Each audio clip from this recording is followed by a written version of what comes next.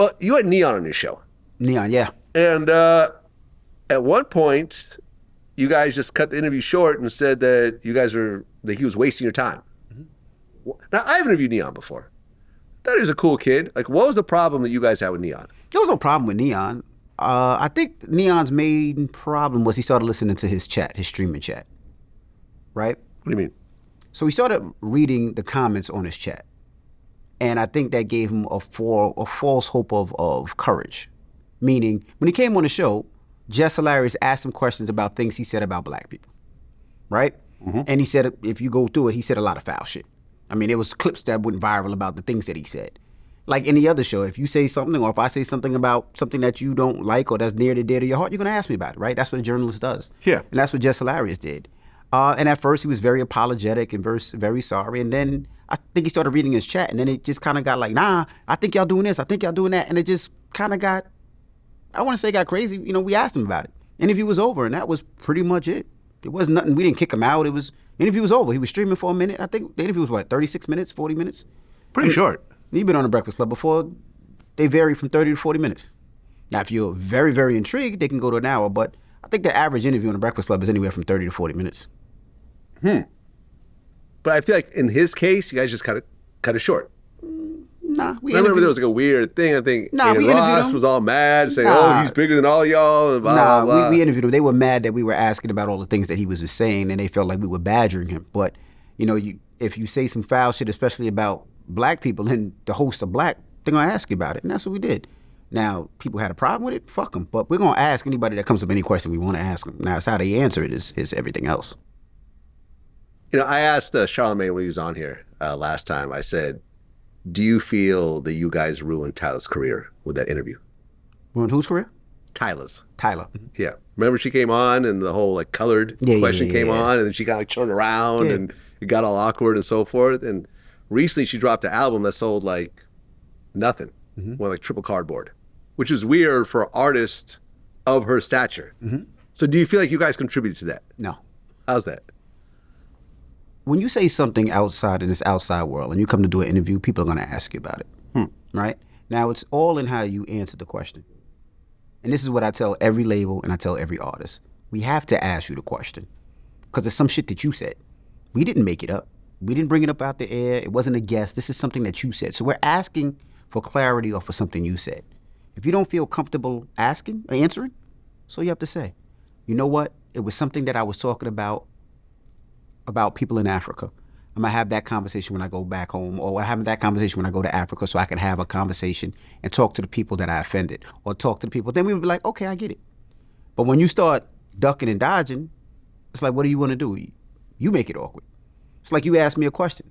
I don't have to answer that question, right? I could say, look, it's an open case. I can't discuss it right now. What do you say after that, Vlad? You can't say, well, I just tell you. And we've seen that happen a lot of times. It's how you answer it. And the main problem is I think a lot of these labels don't have A&R development and don't have development anymore where they teach people how to do interviews. Because a lot of these people, they're artists thrown into the belly of the beast where they don't know. They don't have anybody saying, well, this is how you answer the question. I remember this might have been 10 years ago. We had Megan Thee Stallion, one of her first interviews, and she was nervous to do the interview, the first Breakfast Club interview. And I don't remember what the situation, there was some type of drama going around. I can't remember what it was. Might have been right when her mom passed. And she was very nervous. And I pulled her to the side and I said, look, if you have a problem ever answering a question, just say, I don't feel like talking about it right now. That's it. That kills the question. You ain't got to say nothing more. You don't got to have diarrhea mouth where you try to explain yourself because you know what? People are not going to believe you anyway. If you can't answer the question, just say, I can't answer it right now. Or I don't want to talk about it right now. Or next question. Okay. You're talking to a media person right now. Correct. So we got to be fair here. That's right. When I've done Breakfast Club,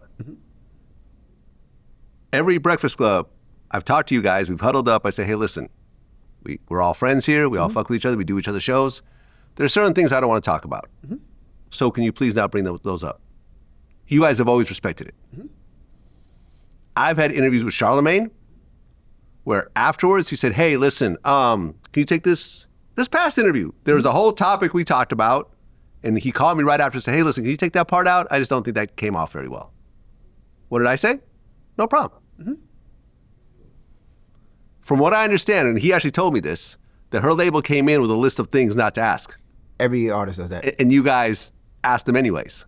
Every art. Well, that's so not, explain to me what the difference is between me asking that's not necessarily and a true. label asking. That's not necessarily true. Every label well, I'm not going to say every label. A lot of labels come in with questions where they don't want us to ask, right? Right. And we always say the same thing. If that is the answer, if that's the way you want to go, don't do this interview. Right? So we give you an option. It's not a sneak attack. You never told me that. It's not a surprise, right? Have you guys ever told me that? Have you guys said, well, Vlad, if we can't answer that, then you don't have to come? Depends. No. You guys have said no problem. Depends. And I would do the same thing for y'all. Depends, and I'm going to tell you why. And a lot of other people. I'm going to tell you why. Okay. We have a relationship that's built on trust, and I've known you since I was probably 21 years old. Right?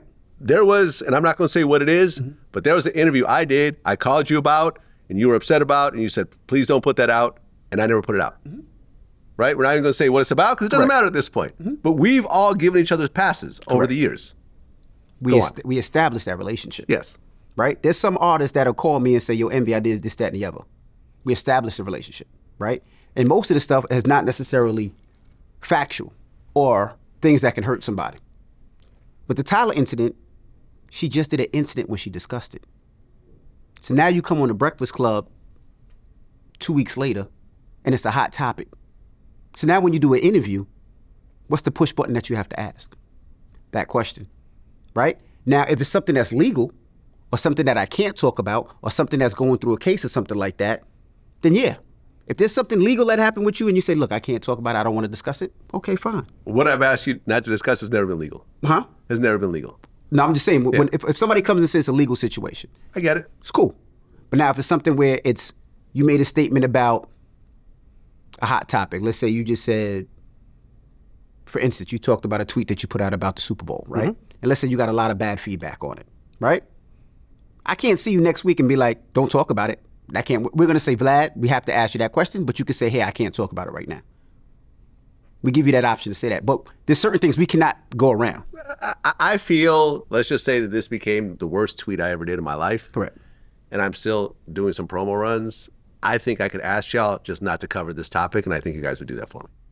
I think you guys would. It depends. I think you would. I don't. If you did it a week ago and it was viral and you just came on the show, I think you wouldn't ask us to do that. I think I I don't would. think you would ask us to do it. I You'd be think like- I you'd be would, like, and I think guys- you guys would respect that. That's what I think, and I would do the same for y'all. I don't think you would, but I think we also have a different relationship than a lot of different artists that come on the shows as well. Yeah, I mean, we go back. I mean, Charlemagne was doing Vlad TV before he joined the Breakfast Club. I was putting Charlemagne on mixtapes when he was in South Carolina. So we really all go back. I just But feel we also like give them an option to say, look, we're going to ask an artist, especially an artist that's there for the first time, we're going to ask them everything that people want to discuss. And if you feel uncomfortable with any of these questions, then don't bring them up here. We give people that option. So you can't have your cake and eat it too. it's a balancing act, you know, because yes, you could do that, but chances are Tyla will probably never come back on the Breakfast Club, right? Maybe. I mean, maybe not. There's definitely less chance of her coming back after that. Maybe, yeah. Right? Of course. Because not all artists are like, no, I want to confront that. Like, I want to come back and whatever else, and I'm going to put them in their place. Some people are like, you know something? This is proven to be not a very friendly environment. Listen, I deal with this myself. Like, no record label really works with me because they're all scared over the questions I'm going to ask. Correct. That's okay because I'm not going to change my format to make some record labels happy when they really don't care about me anyways. But see, but it's also the views, right? The reason you get the views and the reason you get the traction is because of the questions that you ask. Right. The reason we get the views and the traction is because of the questions that we ask. Now, if you don't want that type of interview and don't want that traction, there's 1,000,001 other places that you can go to get a happy-go-lucky interview, right? People do it all the time. And then what usually happens? They circle back to Vlad because they be like, we didn't get the traction we needed. They circle back to the Breakfast Club because they're like, we didn't get the traction we needed. So it's like, okay, you can, like, you don't have to come here. You don't have to come to the Breakfast Club. There's so many different podcasts, so many different radio shows that will be happy to do the interview. But you just won't get the traction because they're not asking the questions that people want to hear.